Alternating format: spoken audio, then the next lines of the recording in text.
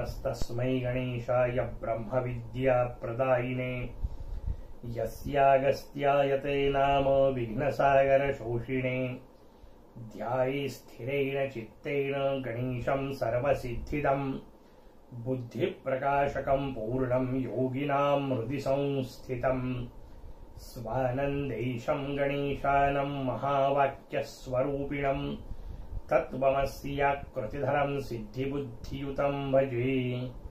जय गजानन। भगवान गणेशांच्या दिव्य लीला नियुक्त असणाऱ्या गणेश पुराणाचं चिंतन आपण करतोय। हे चिंतन करत असताना मूलभूत संवाद आपल्या समोर सुरू आहे। सूत आणि शौनकांचा संवाद। महर्षी शौनक वेगवेगळे प्रश्न विचारतायत आणि भगवान वेदव्यासांचे शिष्य असणारे सूत त्यांना समाधान त्यांचं करता आहेत।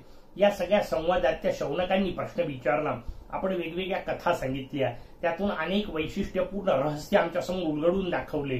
आता मला आपल्याला विचारायचंय की जेव्हा चतुर्थी व्रताचे विषय सुरू झाले त्यावेळी आपण हिमालयाचा संवाद सांगितला।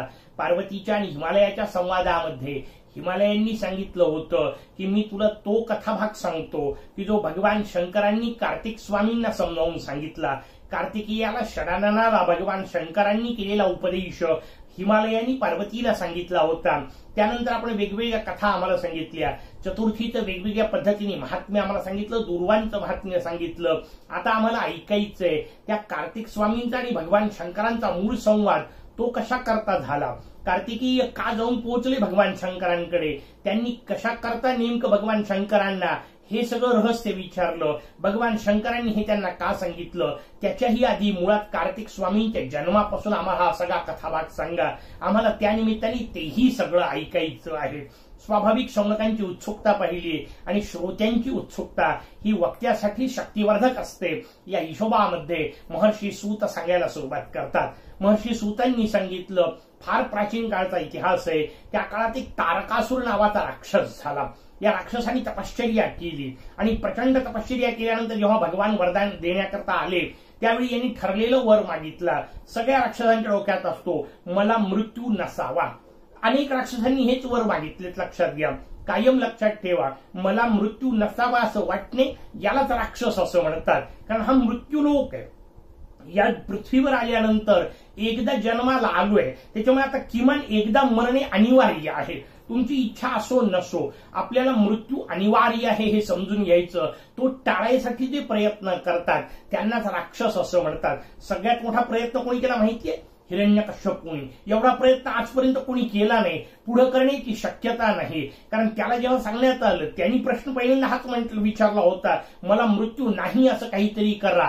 ते भगवान ब्रह्मदेव म्हणाले होते नाही, मृत्यू तर तुला अनिवार्य आहे, कसा पाहिजे ते फार तर माग। त्यांनी केवढी लंबी चौडी सूची दिलेली आहे, घरात नको, बाहेर नको, दिवसा नको, रात्री नको, खाली नको, वर नको, ओल्यानी नको, वाळल्यानी नको, शस्त्रांनी नको, अस्त्रांनी नको, माणसांनी नको, पशूंनी नको, एवढे सगळे वरदानं मागितले। भगवान ब्रह्मदेव प्रत्येकाला तथास्तु म्हणतात। आणि लक्षात ठेवा, एवढ्या सगळ्या वरदानाचा विचार करून भगवान नरसिंह प्रगट झालेले होते। भगवान नरसिंहांनी या सगळ्या वरदानाचा विचार केला। घरात नको, बाहेर नको, त्याला उमऱ्यात मारला। दिवसा नको, रात्री नको, त्याला संध्याकाळी मारला। खाली नको, वर नको, त्याला मांडीवर घेऊन मारला। अस्त्रांनी नको, शस्त्रांनी नको, त्याला नखांनी फाडला। माणसांनी नको, पशूंनी नको, अर्ध मनुष्य देह, अर्धा पशु देह, अशा प्रकारे भगवान प्रगट झाले होते। कशा करता कथा ऐकायची? हजारो वर्षापूर्वी झालेल्या कुठल्या तरी हिरण्यकश्यपू नावाच्या राजाला कशा पद्धतीने मारलं याच्यासाठी कथा नसते, कथा तुमच्या माझ्या चिंतनासाठी आहे। लक्षात ठेव, एवढे वरदान होते तरी हिरण्यकश्यपू मेला। आपलं काय? आपल्या ना आघाडी काही ना पिछाडी काही, आपल्याला गणेश पुराणाशिवाय तरणोपाय नाही। ही भूमिका मनामध्ये ठसवण्याकरता कथा आहेत, त्या दृष्टीने त्या कथा ऐकल्या पाहिजे। मी आपल्या समोर ही कथा सांगतोय। कार्तिक स्वामीच्या जन्मापासूनची सगळी कथा आपल्याला समजून घ्यायची आहे। तारकासूर नावाचा राक्षस झाला, त्यांनी वरदान मागितलं, मला मृत्यू नसावा। समोर आलेल्या भगवंतांनी सांगितलं, असा वरदान नाही देता येत, कसा पाहिजे ते माग। त्यांनी सांगितलं थोडा वेळ विचार करायला वेळ द्या। तेवढ्या देवर्षी नारद तिथं पोहोचले। अत्यंत अद्वितीय पात्र आहे. व्यासांनी सगळ्या पुराणात नारदांना आणलेलं आहे आणि जिथे कुठे देवतांवर किंवा एकूण चांगल्या संस्कृतीवर, सनातन वैदिक संस्कृतीवर संकटाची वेळ येते, तिथं संकटमोचक स्वरूपामध्ये नारद आपल्याला पाहायला मिळतात. नारदांनी त्याच्या डोक्यात सांगितलं, सती नावाची शंकराची पहिली पत्नी होती, तिने स्वतःला दक्ष यज्ञात जाळून घेतलं. शंकराला बायकोच नाही, तू एक काम कर, शंकराच्या मुलाच्या हातून माझा मृत्यू असावा असा वरदान माग, ब्रह्मदेवांना देणं भाग आहे. यांनी या पद्धतीचं वरदान मागितलं की ते अद्वितीय खेळ आहे नारदांचा लक्षात घ्या. तपश्चर्या केली तारकासुराने, वरदान दिलं भगवान ब्रह्मदेवांनी. या सगळ्याकरता लग्न आता कोणाचं लागेल? भगवान शंकरांचं. याच्या तपश्चर्येच्या ह्याच्यात त्यांचं लग्न लावून देणे याला नारद म्हणतात. अद्वितीय व्यक्तिमत्व आहे, मी मला सांगितलं विभूतिमत्व आहे. त्या दृष्टीने नारद आपल्या समोर आले. नारदांनी त्याच्या डोक्यात टाकलं. त्याला वाटलं आता आपण मरणेच नाहीये, कारण शंकराला पोरगाच नाही, शंकराचं लग्नच नाही, मुलगा होण्याचा प्रश्न नाही, मुलगा नसल्यामुळे आता आपल्याला अमर आहोत. आणि अमर आहोत हे वाटल्याबरोबर त्याच्यातला राक्षस जागा झाला. त्यांनी संपूर्ण ब्रह्मांडाला छळायला सुरुवात केली. त्राही त्राही सगळे करतायत, पण भगवान शंकर उपाय स्वरूपामध्ये भगवान शंकरांना उठावं लागेल. ते योग समाधी लावून बसलेले आहेत. करायचं काय? शेवटी सगळ्या देवता जेव्हा अतिरेक झाला याच्या त्रासाचा, सगळ्या देवता ब्रह्मदेवांकडे गेल्या. ब्रह्मदेव म्हणाले मी काहीच करू शकत नाही. भगवान शंकरांनी लग्न केलं आणि त्यांना मुलगा झाला तरच हा मरणार आहे. शेवटी सगळ्यांनी मी विचार केला भगवान शंकरांना कसं उठवायचं. बरं, ती गेलेली सती पार्वती रूपात जन्माला तर आली होती हिमालयाकडे, तिला मध्ये ठेवता येणार होतं हे ठीक आहे, पण हे योग समाधीतून उठणार कसे, हे तिच्या प्रेमात पडणार कसे, असा प्रश्न स्वाभाविक होता. आणि मग यावेळा उपयोगात असणारी देवता भगवान कामदेव होती. भगवान मदनांना सांगण्यात आलं भगवान शंकरांना प्रेमात पाडायचंय, विषय तुमच्या विभागाचा आहे, तुम्ही त्याच्यात मार्गदर्शन करा, तुम्ही हे काम अंगावर घ्या. भगवान मदन तयार झाले. त्यांनी आपल्या मित्राला म्हणजे वसंत ऋतूला घेतलं. तिथला सगळा परिसर बदलून गेला. जे आतापर्यंत अत्यंत शुष्क होतं, वृक्ष होतं, तिथे वसंताचा बहार आला. तिथे स्वाभाविक सगळ्या सुंदर गोष्टी फिरू लागल्या. फुलं नाना प्रकारची उमलले, त्याचा सुगंध पसरला, भ्रमरांचा गुंजाराव सुरू झाला, कोकिळांचं गायन सुरू झालं. वसंत ऋतू सगळीकडे अद्वितीय आल्हाददायक स्वरूपात आला. आणि मग मदन तिथे येऊन पोहोचले, पार्वती येऊन पोहोचली. पार्वतीला सगळ्या देवांनी प्रार्थना करून समोर आणलं आणि पार्वती तिथं नृत्य करू लागली. त्या नृत्याने योगीराज राजेश्वरांची समाधी कुठेतरी हल्ली. त्यांनी नुसतं उघडून पाहायचा विचार डोक्यात आल्याबरोबर मदनाने बाण चालवला. मदनाचा तो बाण बसला आणि यांचे डोळे उघडले. डोळे उघडल्याबरोबर समोर मदन दिसला. यांना इतका संताप आला की माझी समाधी मोडली. यांनी तृतीय नेत्र उद्घाटन केलं आणि त्याच्यातून निघालेल्या अग्नीने मदन जळून मेला. कथा आपल्याला सगळ्यांना ऐकून माहितीये. पुढची कथा फार महत्वाची आहे. सगळ्या देवतांनी प्रार्थना केली. भगवान शंकर प्रसन्न झाले. लवकर प्रसन्न होतात. फक्त 12,000 वर्ष पुराणांनी दिलेला विचित्र काळ आहे. 12,000 वर्षाची तपश्चर्या केली की लवकर प्रसन्न. तुम्हाला हे लवकर आहे का? त्याचं उत्तर आहे हो, कारण त्यांचं नाव आशुतोष आहे. आशु म्हणजे लवकर, तोष म्हणजे प्रसन्न होणारे.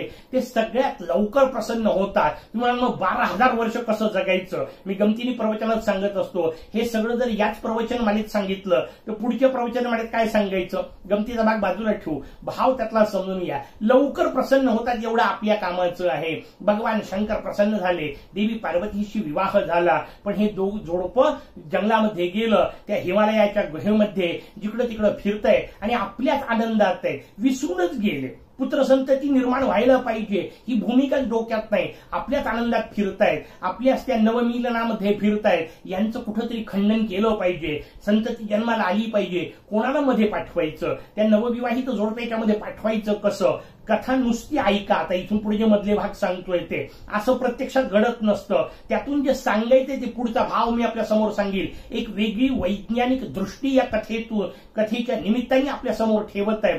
समजून घेण्याचा प्रयत्न करू. त्यावेळेस भगवान अग्नींना सांगण्यात आलं तुम्ही मध्ये जा. अग्नी याचक वेश घेऊन गेला. आता दोघं गुहेमध्ये आहेत. अजून जवळ काहीच नाहीये. याचक दारात येऊन उभा राहिला. त्या याचकांनी मध्येच दिलेल्या आरोळीमुळे भगवान शंकरांची ती योग समाधीतून आलेली जी प्रेम समाधीची अवस्था होती ती खंडित झाली. असं वर्णने भगवान शंकर स्खलित झाले. स्खलित झालेलं ते शिववीर्य तिथं पडलं. त्या शिववीर्यालाच पार्वतीने उचललं आणि दारात आलेल्या याचकाला काहीतरी दिलंच पाहिजे म्हणून धरलं ते अग्नीला दिलं. आता ती भगवान शंकरांची शक्ती आहे. फेकून कशी द्यायची? अग्नी पिऊन गेला. आता ही कथा फक्त ऐकून ठेवा, मी आता म्हटलं तसं. अग्नी पिऊन गेला, पण अग्नीच्या शरीराचा दाह होऊ लागला, म्हणून शेवटी अग्नीने ते नेऊन गंगेत विसर्जित केलं. गंगेच्या पाण्याला सुद्धा उकळ्या फुटल्या. इतक्या वेगात ते सगळं वीर्य तिथं वाहत आहे, ती भगवान शंकरांची शक्ती वाहत आहे. त्या गंगेमध्ये 6 कृत्तिका स्नान करण्याकरता आल्या होत्या. त्या 6 जणींच्या शरीरात ते शिववीर्य प्रवेश करत झालं. त्या 6 जणी गर्भवती झाल्या आणि त्या 6 गर्भवती झाल्यानंतर जेव्हा त्यांना लक्षात आलं की आपण गर्भवती आहोत, त्या अत्यंत घाबरून गेल्या. पतीचा संबंध नाहीये, पतीच्या संबंधात नसताना आपल्याला अशा प्रकारचा गर्भ आलाय. त्या 6 जणींनी घाबरून एका जागी त्या गर्भाचा त्याग केला असं वर्णन आहे. एका गवताच्या बेटावर त्या 6 जणींनी आपल्या गर्भाचा त्याग केला. त्या 6 जणींनी त्याग केला असल्यामुळे त्या 6 जणींचा तो गर्भ एकत्र आला आणि मग म्हणून त्याला 6 मुख तयार झाले, षडानन असं स्वरूप तयार झालं आणि मग ते स्कंद म्हणून कार्तिकेय म्हणून आपल्या समोर आले. असा सगळा कथाभाग पुराणात सांगितलेला आहे. अर्थात ही झाली कथा, मी आपल्याला सांगितलं तसं. श्री गुरूंच्या कृपेने कथेचे जे अर्थ लागतात ना, त्यांनी आम्हाला एक अर्थाचं सूत्र दिलं होतं. ते म्हणाले, अरे ही सगळी पाऱ्याची कथा आहे, कशी ते तू शोध. तो त्यांचा विषय नव्हता. लक्षात घ्या, मला जे काही शक्य आहे त्या माध्यमातून या विषयात अभ्यास केला, जमेल तसं संशोधन केलं, काही अर्थ आपल्या समोर ठेवतोय. आमचे विविध पदार्थ विज्ञान शास्त्राचे जे मित्र आहेत, प्राध्यापक आहेत, त्यांच्याशी बोलून हे अर्थ निश्चित केलेले आहेत. सगळे अर्थ सुटले असं मी आता म्हणत नाही, पण दृष्टी आपल्याला द्यायची आहे की पुराण कथांमध्ये कशा पद्धतीने परिभाषा वेगवेगळी वापरली असते. पारद विज्ञान, ज्याला मर्क्युरी सायन्स आपण म्हणतो, मर्क्युरीच्या निर्मितीची सगळी प्रक्रिया या निमित्ताने आपल्या समोर सांगितली आहे. कशी निर्माण होते व्यवस्थित एक एक टप्पा समजून घ्यायचा प्रयत्न करू. पहिला विषय देवी पार्वती. पार्वतीचे जे अनेक नाव आहेत त्या नावांमध्ये हिंगला माता नावाचं नाव आहे. हिंगला देवी असं तिला म्हटलं जातं. या नावाने तिचे मंदिरं आपल्याला अनेक जागी पाहायला मिळतात. हिंगुळ हा त्यातला मूळ शब्द, हिंगला असा त्यातून तयार झालेला शब्द. हिंगुळ हा धातू पण आहे आणि त्याच धातूपासून पारा निर्माण केला जातो. आता 2 मधले संदर्भ लक्षात येतील आपल्याला. परिभाषा समजून घ्याव्या लागतील त्या शक्ती कथेच्या मागच्या.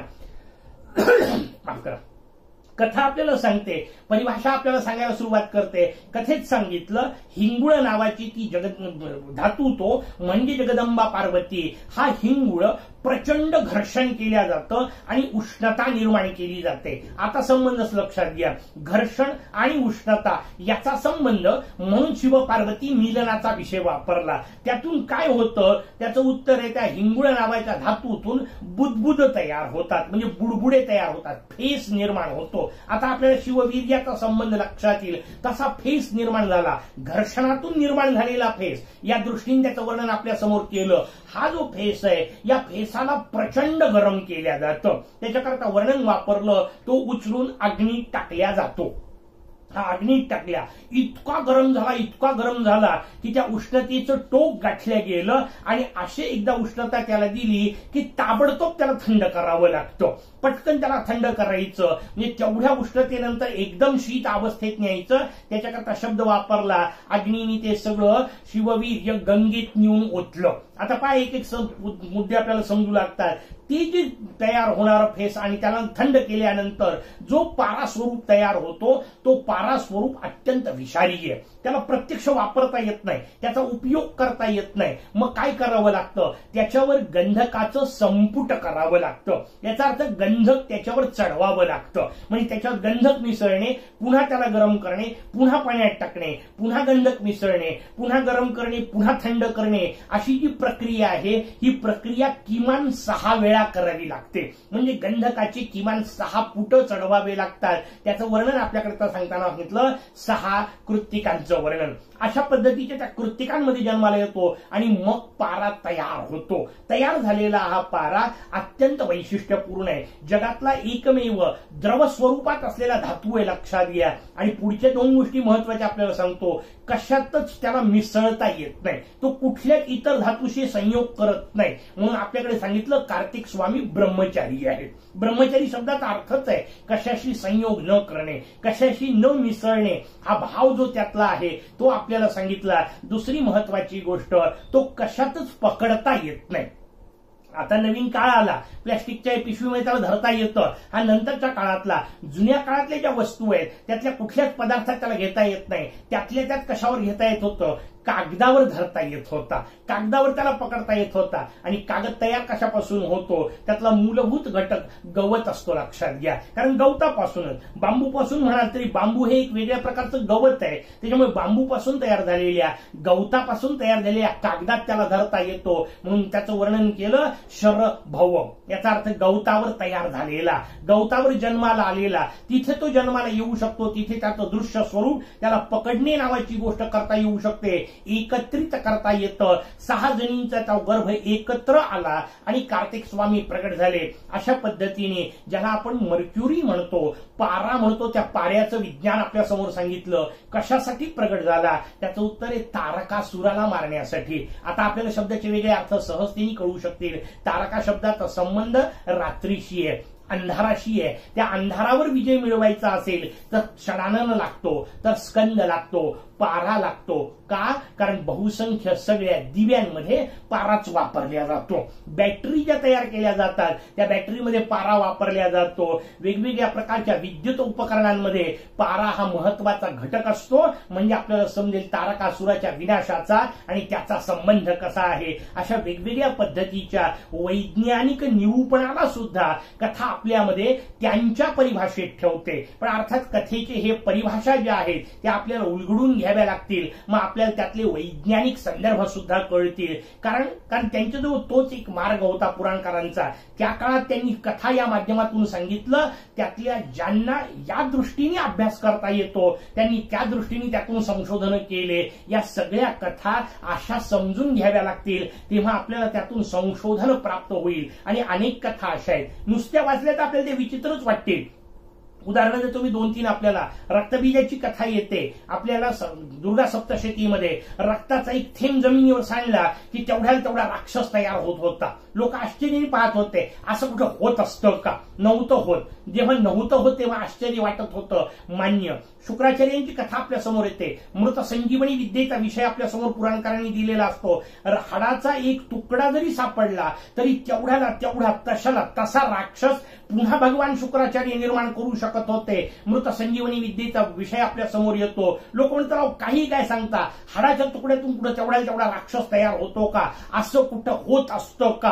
50 वर्षापूर्वी लोकांनी नक्की म्हटलं असतं. पण मी तुम्हाला सांगतो, आज ज्याला विज्ञानाचा जाणीव आहे ना, विज्ञानाचा अभ्यास आहे ना, तो म्हणे नाही होऊ शकतं, काही अशक्य नाही, पूर्ण हाडाच्या तुकड्याची गरज नाही, एका पेशीपासून पुन्हा तशाला तसा जीव निर्माण करता येतो. यालाच क्लोनिंग असं म्हणतात. म्हणजे त्या काळात सुद्धा या प्रकारचे विचार झालेले होते. मी असं नाही म्हणत आहे की सगळं त्या काळात होतं वगैरे, कारण त्या विनाकारणच्या अहंकाराला किंवा अभिमानाला काही स्थान नसतं. चुकीचं आहे तो की आमच्याकडे हे सगळं होतं तेही सगळं होतं. ते म्हणणं कसं आहे, आमच्या आजोबांच्या काळामध्ये इतकी श्रीमंती होती की आमच्या घरच्या झोपाळ्याला सुद्धा चांदीच्या कड्या होत्या आणि आम्ही मात्र पोत्यावर बसलेलो आहे, असं सांगण्यासारखा आहे तो प्रकार. मला तसं नाही सांगायचंय. हे सगळं पुराणात होतं या अंगाने नाही सांगत आहे. मला आपल्याला एक अंग द्यायचंय, मला आपल्याला एक दृष्टी आपल्या समोर ठेवायची आहे की लक्षात ठेवा, कालपर्यंत ज्या कथा आपल्याला अशक्य वाटत होत्या ना, त्या आज सत्यतेच्या पातळीत आलेल्या आहेत. उरलेल्याही सगळ्या कथांमध्ये अशीच सत्यता दडलेली आहे. ती शोधण्याकरता आपण प्रवृत्त होणे हा उपाय असला पाहिजे, हा विचार त्याच्या मागचा असला पाहिजे. तो विचार मी आपल्या समोर ठेवतोय की या कथांना भाकड कथा म्हणून फेकून देऊ नका, या कथा निरर्थक म्हणून बाजूला ठेवू नका.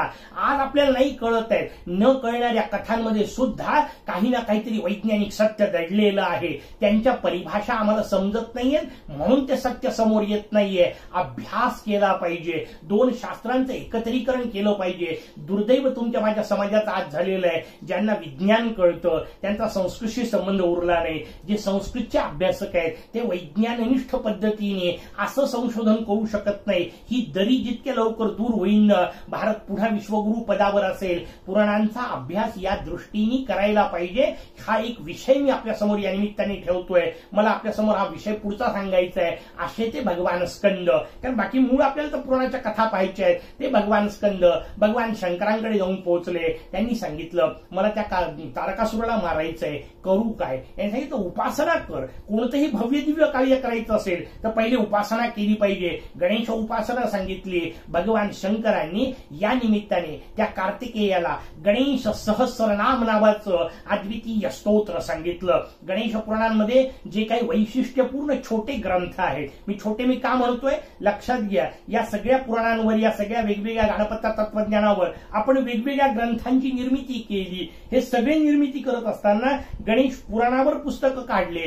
गणेश पुराणातल्या या एकेका लहान लहान भागावर नवनवीन ग्रंथ तयार व्हावेत इतका अद्वितीय. मोरयाचे 1000 नावं आणि एकही तुमच्या माझ्या सामान्य व्याकरणाने लागत नाही. जसं वक्रतुंडचं वर्णन आपण केलं, सामान्य अर्थ नाही. एकदंताचं वर्णन आपण केलं, सामान्य अर्थ नाही. लंबोदरचं वर्णन आपण केलं, सामान्य अर्थ नाही. अशी 1000 नावं, प्रत्येक नावाचा वेगळा अर्थ, सगळ्यातून येणारं परब्रह्म परमात्मा स्वरूप भगवान शंकरांनी ते समजावून सांगितलं. जिथे ही गोष्ट घडली त्याला एलापूर म्हटलं गेलं. या एलापूरचं नंतर एलोरा झालं, एलोराचं नंतर वेरूळ झालं. आजही आपल्याला क्षेत्र पाहायला मिळतं. भगवान शंकर घृष्णेश्वर रूपामध्ये आहेत. त्या घृष्णेश्वराच्या थोडं पुढे गेलं तर डाव्या हाताला वळल्यानंतर भगवान लक्षविनायकाचं मंदिर आहे. इथे भगवान लक्षविनायक स्वरूपात आजही विद्यमान आहेत. इथे कार्तिक स्वामी तपश्चर्या केली, स्कंदानी षडाननांनी तपश्चर्या केली. इथेच त्याला गणेश सहस्रनाम मिळालं. त्या सहस्रनामाच्या भरोशावर देवसेनापती पद त्यांना मिळालं. त्यांनी तारकासुराचा वध केला इत्यादी पुढचा कथाभाग झाला. त्या लक्षविनायकाच्या कृपेने आज आपल्याला गणेश सहस्रनाम उपलब्ध आहे. गणेश सहस्रनामाचा आनंद घेत घेत त्या लक्षविनायकांना विनंती करून, प्रार्थना करून, नमस्कार करून आज थांबू. जय गजानन.